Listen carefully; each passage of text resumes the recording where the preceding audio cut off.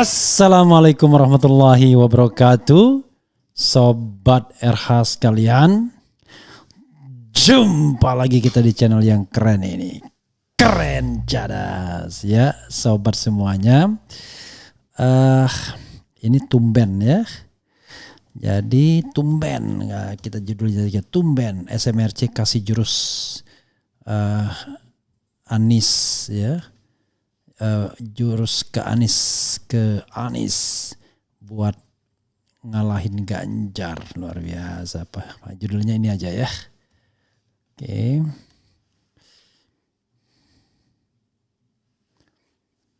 Oh, tumben SMRC kasih jurus ke Anies ya buat ngalahin Ganjar, ngalahinnya 2 kali. Ya, jadi kita tahu bahwa kalau SMRC mengadakan survei itu biasanya yang menang Ganjar Pranowo. Tapi ini tumben SMRC kasih jurus ke Anies buat ngalahin Ganjar. Apa itu? Nah, ini coba kita bacakan ya dari Saiful Mujani. Coba ya. SMRC, AHY punya kelebihan untuk menaikkan elektabilitas Anies AHY. Oke, coba. Ini ANTV Klik ya, studi eksperimental yang dilakukan Saiful Mujani Research and Consulting menemukan bahwa dalam head to head Agus Harimurti Yudhoyono AHY memiliki kelebihan. Kelebihan itu adalah untuk menaikkan elektabilitas Anies jika dia menjadi cawapresnya melawan Ganjar ya, Anies Baswedan, Ganjar Pranowo.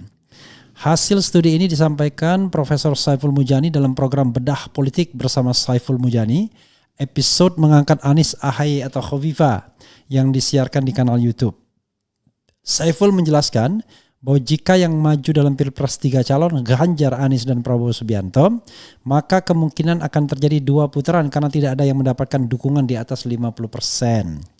Yang paling kuat elektabilitasnya sejauh ini adalah Ganjar. Dia unggul atas Anies maupun Prabowo. Ya, selalu begitu SMRC ya. Kita tidak tahu bagaimana itu, tapi ya kita pegang saja dulu. Pertanyaannya adalah bagaimana lawannya bisa mengalahkan Ganjar?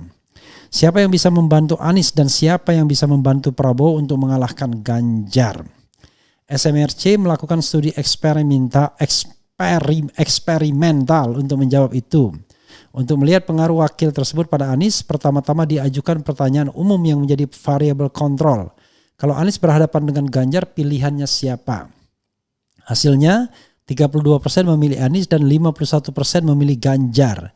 Ada 17% yang belum menentukan pilihan. Ada beberapa nama yang dimasukkan sebagai treatment wakil presiden Anies dalam studi eksperimental ini. Pertama, Erlangga Hartarto karena merupakan ketua umum partai besar. Jika Anies berpasangan dengan Erlangga melawan Ganjar, hasilnya adalah Anies mendapatkan suara 35% dan Ganjar 47%. Ada sedikit kenaikan suara pada Anies namun tidak signifikan secara statistik katanya. Kedua, AHY selain sebagai ketua umum Partai Demokrat yang pengusung Anies, AHY juga banyak dibicarakan sebagai tokoh yang kemungkinan berpasangan dengan Anies. Jika berpasangan dengan AHY, suara Anies menjadi 47% dan Ganjar 42%. Ketiga, 47% yang menang berarti ya. Ketiga, Ahmad Heriawan. Aher adalah politikus PKS dan mantan gubernur Jawa Barat. Jika berpasangan dengan Aher, suara Anies menjadi 25% dan Ganjar 57%. Malah turun Anies ya dari modal awalnya. Keempat, Andika Perkasa. Andika disebut terutama oleh Partai Nasdem sebagai salah satu tokoh potensial pendamping Anies. Jika berpasangan dengan Andika, dukungan publik pada Anies menjadi 38% dan Ganjar 47%. Masih belum mengalahkan. Kelima, Khofifah Indar Parawansa, Gubernur Jawa Timur dan tokoh Nahdlatul Ulama. Jika berpasangan dengan Khofifah, suara Anies menjadi 46% dan Ganjar 33%. Jadi kuat dia di sini ya. Keenam, Mahfud MD, Menteri Senior dan Pemerintahan Jokowi dan tokoh NU. Jika berpasangan dengan Mahfud MD, dukungan pada Anies menjadi 32% dan Ganjar 48%. Ketujuh, Prabowo. Ini menurut Saiful adalah salah satu kemungkinan. Jika Anies mengambil Prabowo sebagai cawapres, suaranya akan menjadi 35% dan Ganjar 52%. Saiful menambahkan bahwa ada asumsi karena suara Anies dan Prabowo sama-sama besar sebagai calon presiden, maka jika disatukan suara mereka akan sangat besar dan bisa mengalahkan Ganjar. Dalam studi ini hal itu tidak terlihat, suara mereka jika dipasangkan masih di bawah Ganjar. Salah satu penjelasannya menurut Saiful adalah kemungkinan irisan yang tebal antara pemilih Prabowo dan Anies sehingga ketika berpasangan tidak menambah suara. Dalam uji statistik ditemukan ada 2 tokoh cawapres yang bisa membantu menaikkan suara Anies secara signifikan jika diambil sebagai cawapres melawan Ganjar, yakni AHY dan Khofifah. Jika Khofifah dipasangkan dengan Anies punya probabilitas secara signifikan untuk menaikkan suara Anies. Demikian pula AHY jika dipasangkan dengan Anies, suara Anies punya peluang untuk naik secara signifikan, jelas Saiful. Ya, sahabat era sekalian, itu ya rahasianya ya. Cuman memang tidak disebut tokoh lain seperti bagaimana kalau Gatot Nurmantio ya, bagaimana kalau Rizal Ramli. Kalau Rizal Ramli termasuk tokoh yang tidak favorit kalau di survei. Mungkin karena sering menghantam survei. Kalau Gatot Nurmantio unfortunately kita tidak melihat dia disimulasikan. Tapi kesimpulannya sama akhirnya, tetap bingung. Ya bingung-bingung enggak juga ya. Karena tadi kalau dengan AHY paling tinggi jadi 47%, tetapi Ganjarnya itu masih tinggi 42% tadi kan. Tapi kalau misalnya dengan Khofifah bisa ngambil 46%, tapi Ganjarnya tinggal 33%. Artinya banyak orang yang kemudian lari dari Ganjar ya. Artinya gapnya makin jauh nih antara Anies dan Ganjar. Ini menurut Saiful Mujani ya, Research and Consulting yang selalu menjagokan Ganjar di dalam survei mereka. Jadi kita nggak tahu nih di masa lalu SMRC ini adalah lembaga surveinya ya, katakan ada ruling party. Tapi tentu Anies Baswedan sebagai pihak yang memang punya kewenangan terakhir untuk memilih calon wakil presidennya, ya sudah jelas makin mengkerucut kan antara Khofifah dan AHY saja. Jadi siapapun calonnya mau Ganjar Prabowo ya lawannya Khofifah AHY. Nanti ada plus dan minusnya ya. Khofifah itu dianggap membawa gerbong NU, sementara AHY ya membawa gerbong Demokrat dan juga acceptable di beberapa tempat di Jawa Timur dan Jawa Tengah karena dia dari terah SBY dan Sarwo Edi Wibowo. Ya sobat semuanya, ini tumben ya memberikan clue seperti ini SMRC. Biasanya hanya mengatakan bahwa kalau dilakukan pemilihan presiden yang unggul Ganjar, kemudian nomor 2 Prabowo, nomor 3 Anies. Selalu begitu ya. Oke, itu saudara sekalian yang kunci yang diberikan oleh SMRC ya menurut saya tumben ya. Oke. Ya judulnya diganti ya, judulnya SMRC kasih jurus ngalahin ke Anies buat tumben SMRC kasih jurus ke Anies buat ngalahin Ganjar ya. Oke sobat RH sekalian, coba kita bacakan komentar sobat RH terkait dengan hal ini. Alhamdulillah ya, jam 3 lebih masih ada ratusan orang yang menonton. Oke. Sahur bang. Belum sahur kalau di sini ya. Sini baru jam 3, kalau saya sahur tuh jam 4 biasanya. Paling cepat saya sahur itu jam 4 kurang 15 menit ya. Jadi ini masih ada waktu sebelum sahur. Kemudian Anies AHY cocok banget. Anies Khofifah lumayan bung. Bisa bawa suara NU, kalau sama AHY monoton.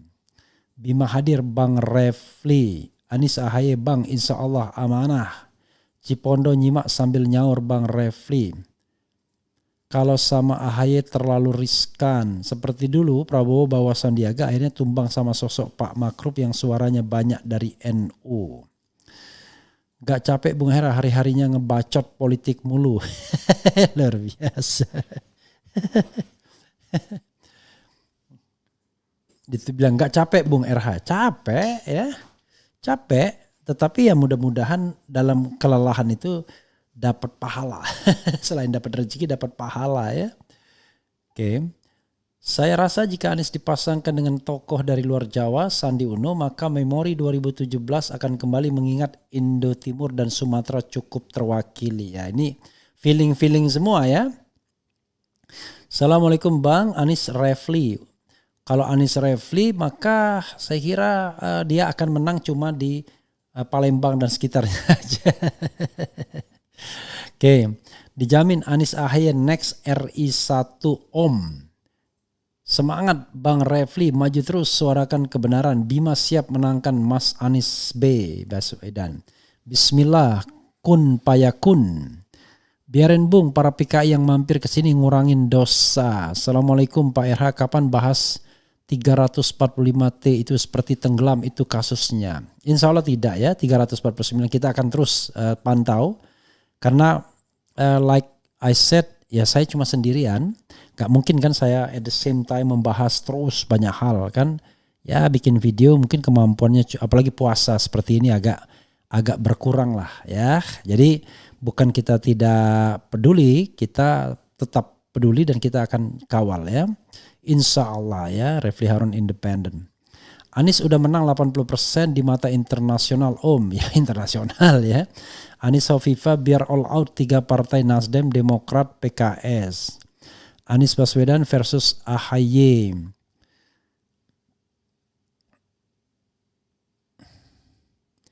Ini coba. Kalau Pak Ahok jadi capres pasti yang unggul Pak Ahok. Hanya kadrun-kadrun saja selalu kayak cacing kepanasan mendengar Pak Ahok jadi capres ya. Begini Sobat Era sekalian, ini walaupun dia main-main tapi saya akan membahasnya secara serius ya. Menurut saya ya ada beberapa tokoh yang memang sangat sangat in dalam masanya. Tapi pada masa yang lain ya dia sudah tidak lagi on. Jadi misalnya suatu saat Mahfud MD begitu kuatnya sebagai calon wakil presiden. Sekarang dia tidak lagi. Cuman dia berusaha melakukan manuver untuk menaikkan gradingnya lagi. Tetapi tentu tidak mudah ya. Oke itu. Kemudian bahas KPK Bang RH ya insya Allah nanti setelah ini ya. Kita lihat kita satu-satu lah. Oke, Assalamualaikum hadir. Hadir Bang Refli, menurut saya mau AHY atau Hovifah dua-duanya mengantarkan Anies jadi presiden. Ya tentu kita harus lihat plus dan minusnya ya. Tapi dari sisi chemistry, dari sisi kecepatan gerak ya, dari sisi koordinasi mungkin jauh lebih mudah dengan Demokrat. Karena dengan AHY, karena AHY kan ketua umum Demokrat, sehingga dia punya pasukan yang setiap saat bisa digerakkan. Nah, beda dengan Hovifah. Kalau dengan Hovifah ya dia hanya punya NU untuk pemilihan saja. Jadi setelah pemilihan ya sudah. Karena NU cuma digunakan untuk menambah elektabilitas. Dan tadi memang gapnya tinggi ya. Jadi ketika Hovifah dimajukan, suara Ganjar turun secara signifikan. Jadi tadi Hovifah 46, Ganjar 33. Sementara AHY 47 memang melampaui tapi masih margin of error tentunya. Tapi suara Ganjar masih 42. Itu soalnya ya. Nanti ya biarkan saja Anies memutuskan ya. Kemudian Kaltim hadir. Assalamualaikum Bang RH, anak rantau Madinah, Saudi Arabia hadir. Ya. Bang RH sehat selalu dan mengagungkan selalu suara keadilan, maju terus Bang RH, rakyat ada di belakang Bung RH insya Allah. Amin amin amin ya rabbal alamin. Kok zaman sekarang masih ada yang ngomong Ahok? Itu ya tadi katakan. Jadi setiap setiap masa ada tokohnya dan setiap tokoh ada masanya. Jadi masanya sudah berlalu ya. Di daerah pelosok-pelosok pendukung Anies AHY banyak banget ya Om. Kok oke. Itu ya. Ya kalau saya sih punya feeling kalau memang tipis-tipis begini AHY lebih punya peluang kalau tipis-tipis begini, kecuali jauh. Kalau kita lihat marginnya tadi memang jauh marginnya, tetapi kalau kita lihat angka absolutnya AHY yang menang. Tapi sekali lagi itu adalah versinya SMRC yang dalam setiap kesempatan mengatakan Ganjar yang akan memenangkan pertarungan. Dia beri clue bagaimana cara mengalahkan Ganjar. Ya lumayan lah untuk bahan perenungan mereka ya. Oke, itu saja ya. 90% warga Madura milih Pak Anies Presiden 2024. Assalamualaikum Bung RH, sehat-sehat saja walafiat. Amin. Saya dukung Anies. Soalnya Pak Anies banyak toleransi kepada orang-orang miskin, tidak seperti. Oke. Pagi Pak Repli bahas OTT KPK di Kepulauan Menanti sebentar tadi Pak. Begitu ya, meranti sebentar tadi Pak. Allahu Akbar. Oke, itu saja Sobat Era sekalian. Kita akan lihat nanti bagaimana perkembangan selanjutnya. Kita doakan yang terbaik bagi negeri ini. Karena saya dan kita semua pengen sekali melihat negeri ini menjadi negeri yang baldatun thayyibatun warafun ghafur. Negara yang gemari pahlaw jinawi, tidak ada korupsinya. Negara yang bisa memberikan per kepala 20 juta seperti kata Abraham Saman kalau pertambangan atau hasil tambang tidak dikorupsi. Wassalamualaikum warahmatullahi wabarakatuh. Ciao.